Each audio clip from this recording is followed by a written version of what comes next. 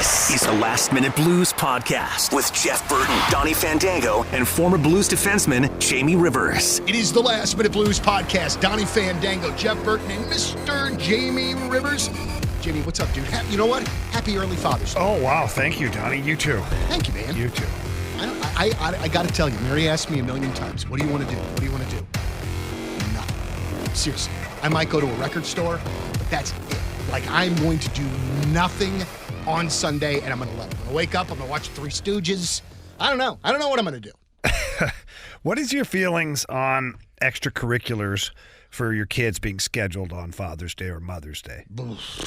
That's, to me, I mean, I understand that scheduling those types of things is not an easy thing, so I understand that, but that seems like that sucks. Yeah. Like, I mean... That's what I've got going on this weekend. My daughter plays on a volleyball team, and the volleyball team thought it'd be great to schedule a game on Sunday, on Father's Day. So thank you for that. Appreciate that.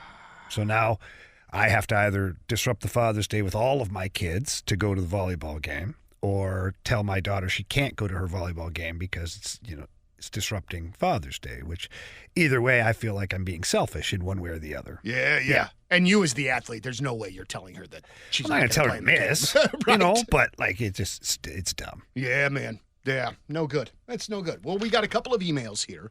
The NHL season has wrapped up, and I thought Florida was on that type of roll that, man, that just pushes you. I mean, maybe a Blues roll or whatever, where, you just think that there's something behind you. But Vegas, they had their say. And holy bejesus, they rolled Florida. I mean, they absolutely rolled them. My biggest question, Jamie, that Vegas team is set to be good for a while, right? Yeah. So Vegas, their roster construction is really good. They went from the expansion team where they put together the right pieces, had some success. Then they went and added a whole bunch of big money because they were like, let's go. Mm-hmm. They've learned now over the course of their 6 seasons in existence how to do it. And for me, they've unlocked the code.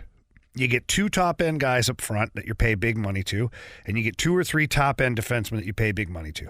And you fill the rest of the roster with players that can do a job. And that's what Vegas did. They got Eichel and Stone up front, making $9.5 and $10 million.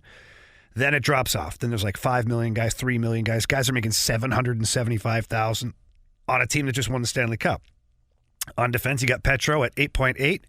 Then you have Martinez and Theodore at like 5.2 each. And then after that, there's a drop-off. So they figured it out. They have. They've got bona fide superstars in positions of importance, and they filled the rest of the roster with really good, hard-working, dedicated players. And I'm going to tell you, this isn't going to come out great. But in watching that final, and especially in just watching how Vegas played Florida, man, and I mean, they just seemed to beat the bejesus out of them. It made me kind of feel like the Blues were a little further off than maybe I had thought that they might be. Oh, yeah. Yeah, our team last year? Yeah, way well, off. for sure. Way off. For sure. I mean, you just if nothing else, Jamie, the guys on both teams that will do all of the little things, all of the dirty work, it just feels like a lot of those dudes that did that kind of stuff are not doing that sort of thing now on this particular team. And unless that changes, I mean... Yeah. So a couple things have to happen here. One, you got to stay healthy. That's a big bonus for you. But look at Jack Eichel. Jack Eichel was a offensively gifted guy. Didn't have a great tenure in Buffalo, and people questioned his 200-foot game. So much so that people are like, wow, $10 million Vegas. Well, you're getting a one-dimensional player. Bruce Cassidy had a say in that and changed Jack Eichel. Jack Eichel is like a Selke Trophy candidate next year. Remember me saying that. Right on. And so what has to happen is guys like Robert Thomas have to look at Jack Eichel and go, what did he change? Mm-hmm. He sacrificed some points on the board because he has a long-term deal. He's making $10 million over the next, 8 years per season. Robert Thomas is making $8 million over the next 8 years. It's okay to sacrifice points for team success now. You've got your money. You got your payday. Mm-hmm. What'll happen is the benefit of it is winning. and winning championships. Jack Eichel was a massive piece of that team winning, not because he scored timely goals. He provided great offense when needed, but because he played a 200-foot game. Absolutely. Mark Stone ended up being one of the biggest pieces of it all. Boy, he was so good. 200-foot player. I hate his guts, but god dang it, he's so good. Jonathan Marchessault. Oh, dude. 200-foot player. Dude, Donnie. if there's 250 feet on the ice, Marchessault is going to work those extra 50, man. But that's what I'm talking about. Yeah. That's the difference. You had buy-in from the top guys in your lineup. So then when guys like Will Carrier are out there, which, by the way, he plays so hard, and he's such a good player, just using his name as a fourth liner. When you're looking at your top paid players sacrificing, I don't know if anybody blocked more shots than the Vegas Golden Knights this postseason. I mean, it's incredible the amount of sacrifice they had. When you see that, you have to play that way too. Yeah. And it just carried down. And that Vegas defense core, that's perfectly built. Dude, I mean, it's unbelievable. So then, okay, They're so big. So then my worry train has just been picking up all this week, Donnie. because I watched wasn't a press conference, but I watched the media availability with Coach Berube after the hiring of Michael Weber and Michael Babcock, and I heard him mention the words accountability multiple times, holding people accountable, expecting raise the bar, that sort of thing. And so, like, it's just alarming to me, man. Like, of all of the things that I want to hear the coach say, worrying about accountability, I don't want I want my guys to be doing that on their own and not have to have the coach, kicking them in the ass for a year to do it. Yeah, but they didn't do it last year. No, they didn't at all. They didn't. So what do you do as a coach? So now the plan moving to next offseason is starting to reestablish your style of play and your culture as an organization. Mm-hmm. And that style of play and the culture is sacrificing to win. Accountability, 200-foot game, play for your teammate. That is Blues. That is Berube/Blues hockey. You didn't have all those components last year. You just watched two teams get to the Stanley Cup final that had it. The Florida Panthers couldn't stay healthy, and one would argue if Matthew Tkachuk is 100%, Ekblad's 100%, what happens? Maybe there's a series at it. Maybe there is. But that's part of the battle, too. Mm-hmm. So I think that if you're the Blues, you want to reestablish, what your values are as a club, and that's where you get busy. Boy, oh boy. It was just watching them, and I'm just thinking to myself, man, this is not. We're not close here. Now we've got good pieces, but it just feels like there's a ways off here. A couple things. One, Matthew Tkachuk even suiting up in those games with a broken effing sternum. Yeah, that's pretty. I mean, that's painful. Dude. I watched him play, and I mean, obviously, I knew something was up, and I never bothered him. I never asked. I mean, why would I ask? I thought it was more of a shoulder issue, but then watching him be tender at the start of games, you could tell where like things weren't right, and adrenaline hadn't quite kicked in, and he was playing, but you could tell. And then knowing now he had a broken sternum for the ending of played out the rest of Game 3, played Game 4. Scored timely goals in both of those games. It's nuts. And he almost scored the game-tying goal in game number 4. He just hit the top of Aiden Hill's pad. Otherwise, we're going to overtime in that game. Well, and then what about Aaron Ekblad? That dude was pretty much playing on like one arm. Like, I mean, he had a few things going on. Guys go through a lot, man. You go through a lot, especially when you have a team that you think can do something special, which the Florida Panthers did. They didn't reach the ultimate goal. Right.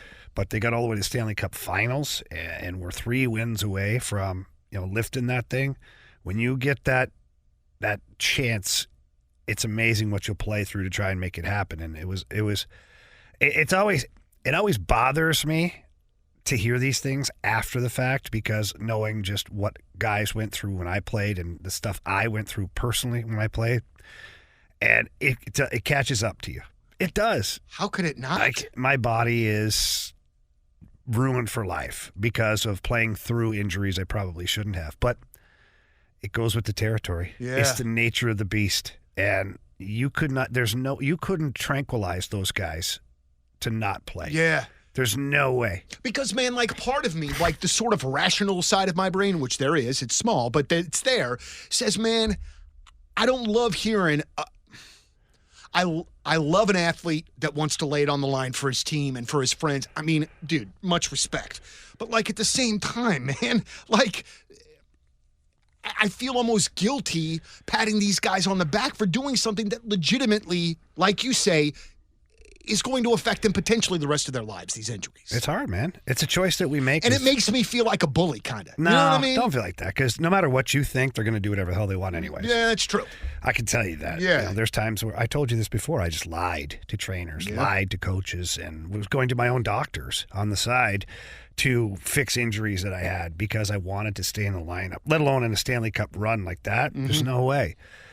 The athlete makes a very conscious decision when they're maturing and developing through all the different levels of hockey. This is why you see some of the most amazing players at 11, 12, 13. Then at 14, they're like, I don't know. This is quite a bit of sacrifice. That kind of hurt. That kid's pretty big. And then 14, 15, 16, like I call it the funnel. This is what I say to kids. There's a funnel, a huge funnel. And every year you throw hundreds of thousands of hockey players into the funnel. And as the years go by, it gets smaller and smaller and smaller until one NHLer pops out the bottom of the funnel. And that's it. Yeah. Now empty the funnel and redo it, because that's literally what the percentages are. That's literally what the percentages are of playing in the NHL. Yeah. So it's not to discourage the kids. What it is to show them that this is a marathon. Yeah. You're not making the NHL in Pee Wee. You're not making the NHL at 14 or 15. Like, this is a grind. And so the athletes, the ones that do get all the way to the NHL, there has been a tremendous amount of sacrifice along the way. Yeah. Physically, emotionally, friendships, proms, school dances. I never went to any of those things because we were playing. You're too busy playing. So the sacrifice that is in there seems like you've done that your whole life. Now you're going to get to the NHL, or let alone the Stanley Cup final or the playoffs, and you're not going to sacrifice everything to get what you've been looking for since you were 4 years old. Yeah, no way. There's no way. Yeah. There's no holding back that animal. And it's the side of the game that I wish I could dive into and explain, because it's really abnormal. It's not a normal behavior. To put yourself in harm's way, to play through injuries, to risk permanent damage or death even in some of these situations, like, it's not a normal behavior. And it's very difficult for the athlete, once their time is done, where do you find that sacrifice? Where do you find that kind of adrenaline rush? How do you feed the animal once the game is over? You can't. Yeah. And so this sounds crazy, and I know I am a little bit off my rocker at times, Donnie, but this sounds crazy, but I can't tell you how great it would be for me to block a slap shot right now. Yeah. No, I get it. Like, it's nuts, but, like, it's understandable nuts. Like, it would hurt like hell, but I feel like, oh my God, yes. Oh, I've missed you. Right. And it's sick and twisted. I know it is. So that's, I'm way off the rails into players, like psyche and psychology and all this craziness. But to go back to the original, to drag it back onto the rails here, is players will sacrifice no matter what it takes to hoist that cup. Yeah. I want to ask you this, and I hadn't originally thought that I would, but you are somebody with a very unique perspective, and I would just love to know what you think of this. A news story that I saw, or a sports news story that I saw a couple times this week that came through, was the story about baby Gronk and his dad. Have you heard much about this young man? I've kind of saw it, but I didn't really feed into it because I wasn't really sure what the hell it was. I know it's not Gronk's kid. I know that. No. Because I was like, Gronk has a kid? At first I was like, gosh, maybe he does. Like, it's possible. Yeah. No, this is a young man. It's just a guy who calls his kid Baby Gronk. Correct. And he's got all these connections and all of these things. So, like, they are already speaking of this kid as though that he is a top-rung college prospect. And he's what, 8 years old? I believe he's 10. Oh, my God. And so, like, the dad talks about how he trains like an athlete. He eats clean. He is a different type of kid is kind of what, they're saying. And, man, I love sports a lot. But, dude, there's no part of reading what that dad talks about for his son that, to me, seems very healthy at all. So this is a classic situation of dad is living vicariously through his son. Dad never made it anywhere. Dad never played college, probably a backup in high school at that. But he'll tell you he was a starter. Just ask him. I see this all the time, and I hate it. Yeah. Parents just pushing their kids, and they go, no, he loves it. That's because you haven't given him any other choices. So it's like if you give a child nothing but bread and orange juice to eat, then you provide them with something that they've never tasted, and they look at that they're starving at this point, and you give them a piece of ham that's sitting on the side. They're probably not going to eat the ham. They'll eat the bread and drink the orange juice because they know what that is until they taste the ham. But if you don't ever let them taste it, how do they know? Yeah. I know that's a weird analogy right now, but it drives me crazy because here I am. I run what I would call a very smart hockey program here with Synergy Hockey Skills. And we promote the kids, one, doing other sports. Absolutely. We want you to, if you love hockey, then please dive into it. We have all the programming you need for hockey. However, when you're not on the ice, throw a baseball, throw a football, kick a soccer ball, throw a frisbee. I don't care. Do something else. Get away from it. And as far as the eating clean, come on. He's 10. Yeah. Like, let the kid figure life out. What's going to happen is this kid's going to fizzle out at like 14 years old. And he's going to hate football. Or the moment he gets into high school, someone's going to give him a cheeseburger. Or he's going to get picked on because the seniors are like, who the hell do you think you are? You know, something's going to happen. And this kid, you remember that baby Gronk will never play college football. Remember me saying that now. And it's sad because the kid, obviously the young athlete, has a passion for the game. As a parent, support the passion and help the kid grow. Let the kid make their decisions. Give them option A, option B. Tell them why. One's good, one's bad. And then every now and then, if your kid's a clean eater, right? Nothing but the best. Every now and then, have a cheat night. Hey, tonight's cheat night. You want McDonald's? You want Burger King? You want Culver's? And we'll get ice cream after too.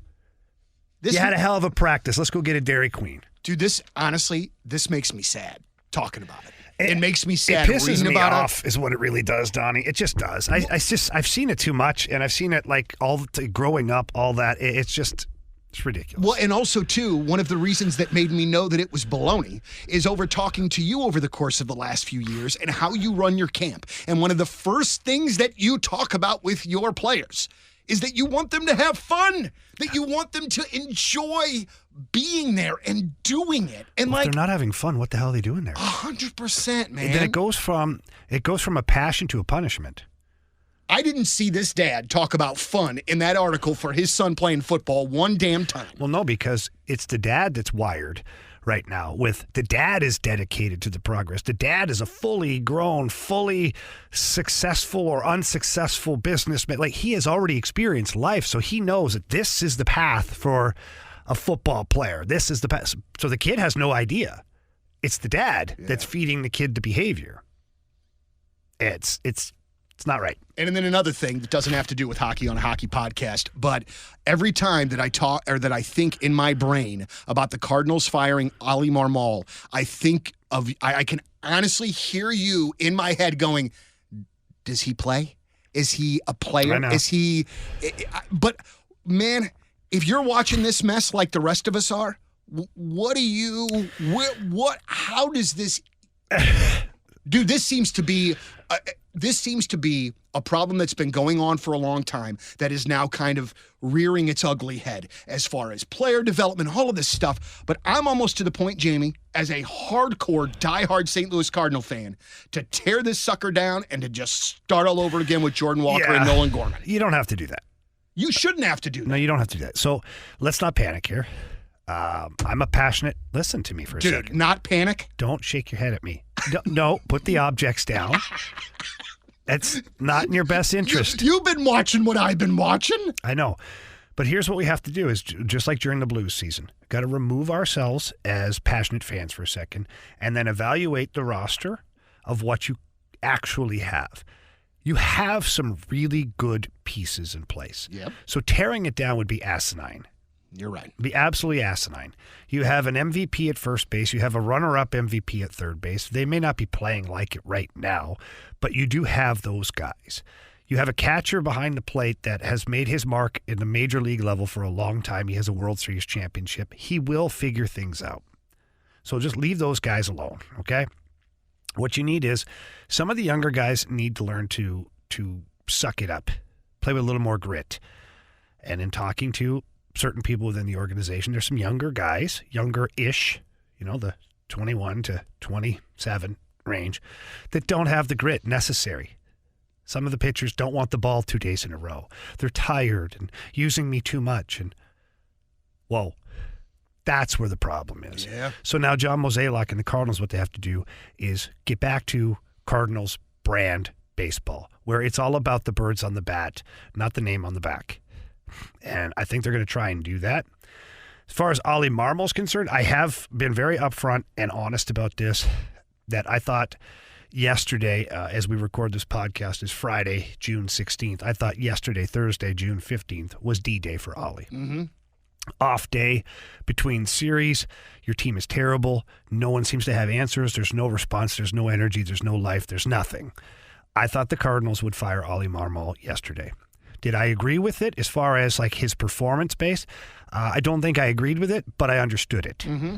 And so I did say yesterday that they probably needed to fire Ollie if they're going to try and salvage the season. Because going back to the Blues, we dragged us back into hockey.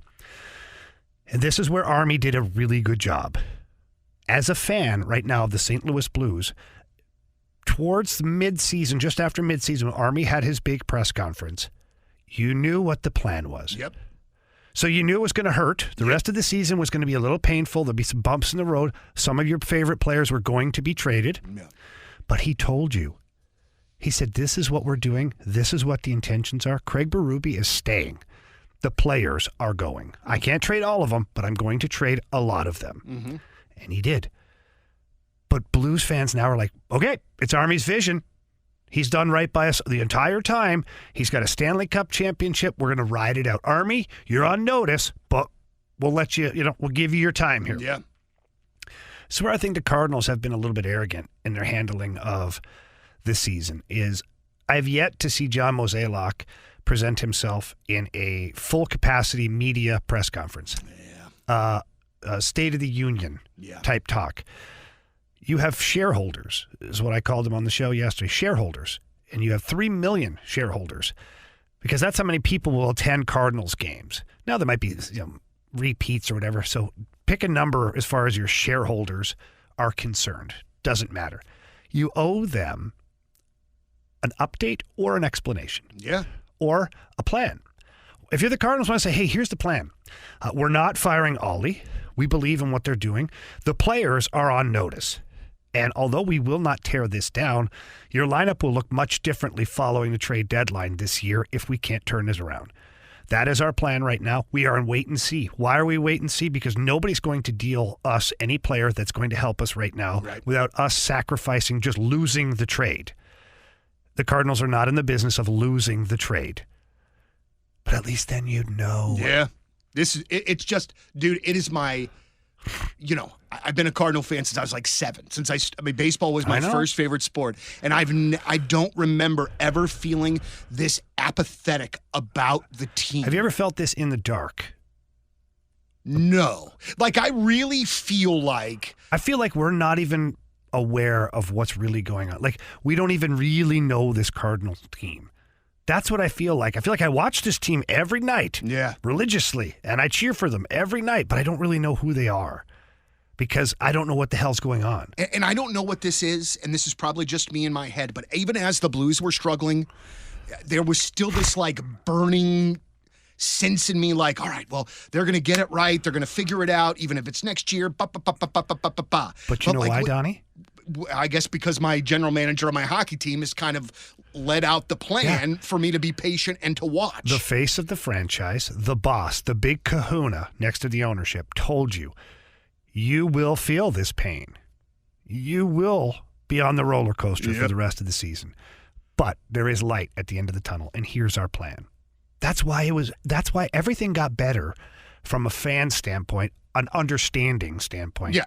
Once Doug Armstrong was very open and honest. So then when the trades happened, they stung, but you were expecting it. Yeah, you knew. You knew it was coming. Real quick before we wrap up, and I should have asked this earlier. Probably. Mike Weber, Michael Babcock. Yeah. What do you know about these two gentlemen that are going to be joining the staff? Donnie, interesting enough. I believe Michael Babcock has a very famous father that you're not a fan of. Yeah. I'm not going to hold that against Michael Babcock at this point. I remember him very much so as a young man running around the locker room there at Joe Louis Arena as his dad, Mike Babcock, not my best friend, was my head coach. And so I'm anxious to see what Michael Babcock has heard about my thoughts on his father. I wonder if he knows that I have a Babcock at least once a day. You are not the only one, Jamie. There's no way. I might change that to having a Mike, since I don't want to offend Michael Babcock. Yeah, right? You might need to. Yeah. But no, I heard, all jokes aside, I heard he's a very energetic, driven young man. He does have hockey blood, his dad being an NHL hockey coach, head coach for a long time, and being a successful one, no matter what I think of how he does it. He's had some winning teams. There's knowledge there. So I like it. There's going to be energy and enthusiasm on the ice for skill work. That is the number one thing. You need a psychopath out there. Trust me, I do it every day with these guys in the summer. You need a bit of a psychopath because those guys aren't always motivated to just work on skills. And you got to be out there, get the music going a little bit. You're up on your toes, laughing, joking, poking at these guys. Yep. I'm 48 years old and I can do it. But at 28, I bet you he can just destroy it. Yep. And so I wish him all the best. I think he'll do a good job with that role. Because he's not an assistant coach. He'll probably be the eye in the sky. So he'll wear an earpiece and talk to Steve Ott. And this is usually what they do because you see different things up in the press box. And, the Blues have had 4 coaches down on the bench for the last, 2 years. I think it'll be 3 again on the bench with Michael Babcock up in the booth. And he'll just relay subtle information that he's seeing, and it'll help him also get his chops as a coach, too, to be privy to what's going on and, the meetings. And you're trying to also develop coaches at the same time when you're an organization. You want to be an organization that when people go looking for head coaches, they come to you and ask permission to talk to your coaching staff. That means you're doing it right. Right on. Mike Weber Mike and Mike here. But he's a younger guy again. He's 35. I've talked to a lot of people. He's got a great energy, a great passion for the game. He's really, really good at communicating. He's recently removed from the game as far as his playing career, so he's still in the know about how players are doing things these days. He hasn't lost touch with the modern day hockey player. I worry a little bit about no experience at the NHL level. That's simply because veterans can eat up and spit out young coaches. They can. If they don't feel if you don't get their trust right away. And from what I gather, Weber will probably do an excellent job at that. But if I was just going to say the one thing I'm worried about, and I don't even know this to be true or to come to fruition at any point, the one worry I have is that the veteran guys don't respond because they're like, who is this guy? He played 351 games. That's an incredible accomplishment. Absolutely. But for someone and I'm just using these names because they're veteran guys. They're awesome dudes. But Nick Leddy, Justin Falk, even Colton Parayko's got a Stanley Cup championship, Torrey Krug, Marco Scandella, Robert Bortuzzo. There's a lot of games back there. So he's going to have to earn their trust. How he goes about it, I don't know. I know how I would do it, but I'm a different personality than Mike Weber, at least to my knowledge right now. I mean, when I meet the guy, we might be thick as thieves. I don't know, okay? But he's got to earn their trust. And by doing that, what he's going to have to do is be right about certain things. He's going to have to let them fail and then have them come back and be like, yeah, you were right. Yeah, that worked. And when it works, then the trust starts to be built. And then they're like, okay, this dude knows what he's talking about. I trust him. So it's weird. It's relationship management thing. So it's going to be really important that Mike Weber and Michael Babcock are here all summer.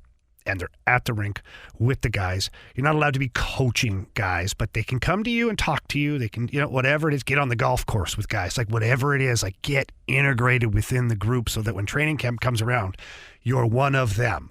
You're not the outsider now trying to, kick dust in their face. No. We've had some beers.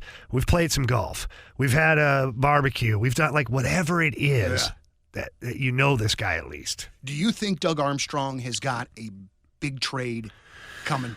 Obviously with those 3 first-round picks. But and here's the rationale that I say this is because of how, there was some like in Toronto, there probably going to be some changes up there with the big 4. Florida. I wouldn't count on that, by the way. Really? You wouldn't? Nope. I don't believe that to be true. Well, maybe this will be for another podcast, but I'm just saying, and this is nothing that I know, just what I've heard, but it's just, it's going to be very interesting for me to just kind of see if there's a shock to the system kind of trade for Doug Armstrong and the Blues this summer. I don't think there's a shock. I think that it's pretty obvious he'd like to move a high-priced defenseman on the left side. That's it. How's he going to do it? I don't know. Full no-trade clauses across the board for his top 4 defensemen. So either Doug has to include a first-round pick, whatever, but you almost have to be willing to lose a trade to gain cap space, if that makes sense. So trade a player and a draft pick for nothing, basically, in return. And the player has to accept said trade. Oh, boy. So here's where it could get nasty. Because then, if you know you're on the block, but they don't move you... That doesn't bother me. Okay. The players don't ever really find out they're on the block. They already know. Like, they know. If I was Nick Leddy or Torrey Krug or Marco Scandella, I would know that my name is being talked about. Deal with it. It's part of the business, Maybe I'm callous to it because I moved around quite a bit, but I don't really care. My job is to go to the rink and do my job for the team that I currently play for. Here's where it could get nasty. Is if Doug Armstrong has a really good trade lined up to a team that a player does not want to go to. And the player says, no. And Army's like, yes. Player's like, no. Army's like, okay, fine. Then what's going to happen is come training camp, I'm going to waive you. And every team can get you for free at that point. And you'll have no choice but to go to said team because you have a no-trade clause. You do not have a no-movement clause. And at that point, if you clear waivers, I'm going to send you to Springfield. You're going to play in the American Hockey League this year. You'll be making your X amount of dollars, whatever it is. Until you accept a trade, you'll play in Springfield. And I will be given cap relief for your salary. Whoa, boy. Yes. I don't... Look at... There's only a couple of people I know in this business that would do that. Doug Armstrong could be one of those. Could be. If your back's up against the wall and you're trying to put together a team that can win and you have a trade that makes sense because you want to acquire another player that can really help your blue line or your hockey club, and the player says no and is unwilling to, it's their right.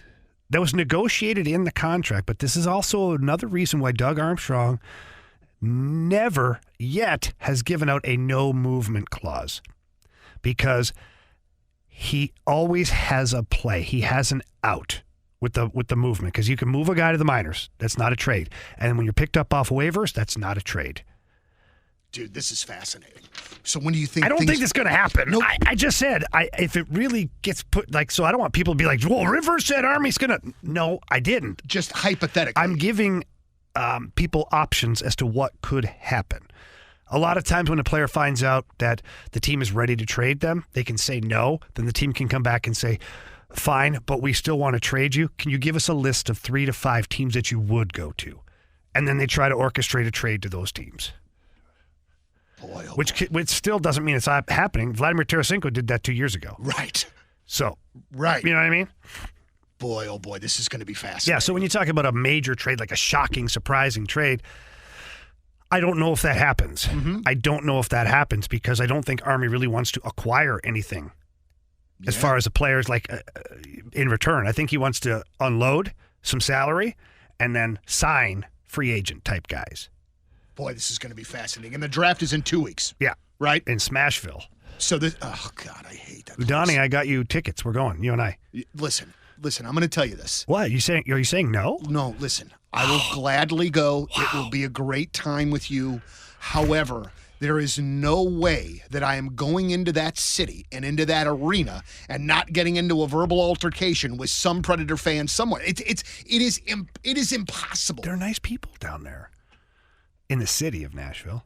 Listen, I have no qualms with Nashville. I was there last year for a couple of nights for a show. It was a blast. I had a great time. Went to a couple great record stores, too. Fantastic. Like the Music Row thing is really neat. It's pretty awesome. Whatever. Those fans, I don't like them. Why are you wearing Predators yellow, though, Terry? I am not. This is a Cobra Kai t-shirt. Is that and I will fight you on that. It's just a just yellow because shirt. you're wearing a Cobra Kai t-shirt, you're going to fight me? No, it's just because Johnny, it's a yellow t-shirt doesn't mean that it's a Predators t-shirt. Don't let 2 seconds of stupidity rule the rest of your life, okay? I'm going to tell you something. Is that or is that not a Predators yellow that you're wearing? It is Predators yellow, yes. But you have completely tricked me into this. The real bad part is that Jeff Burton can't be in here to continue to give me crap. That's the real thing. All right, for our buddy Jeff Burton, Jamie Rivers, Donnie Fandango, thank you as always so much for listening. Let's go Blues. The Last Minute Blues Podcast. Hear more at 1057thepoint.com.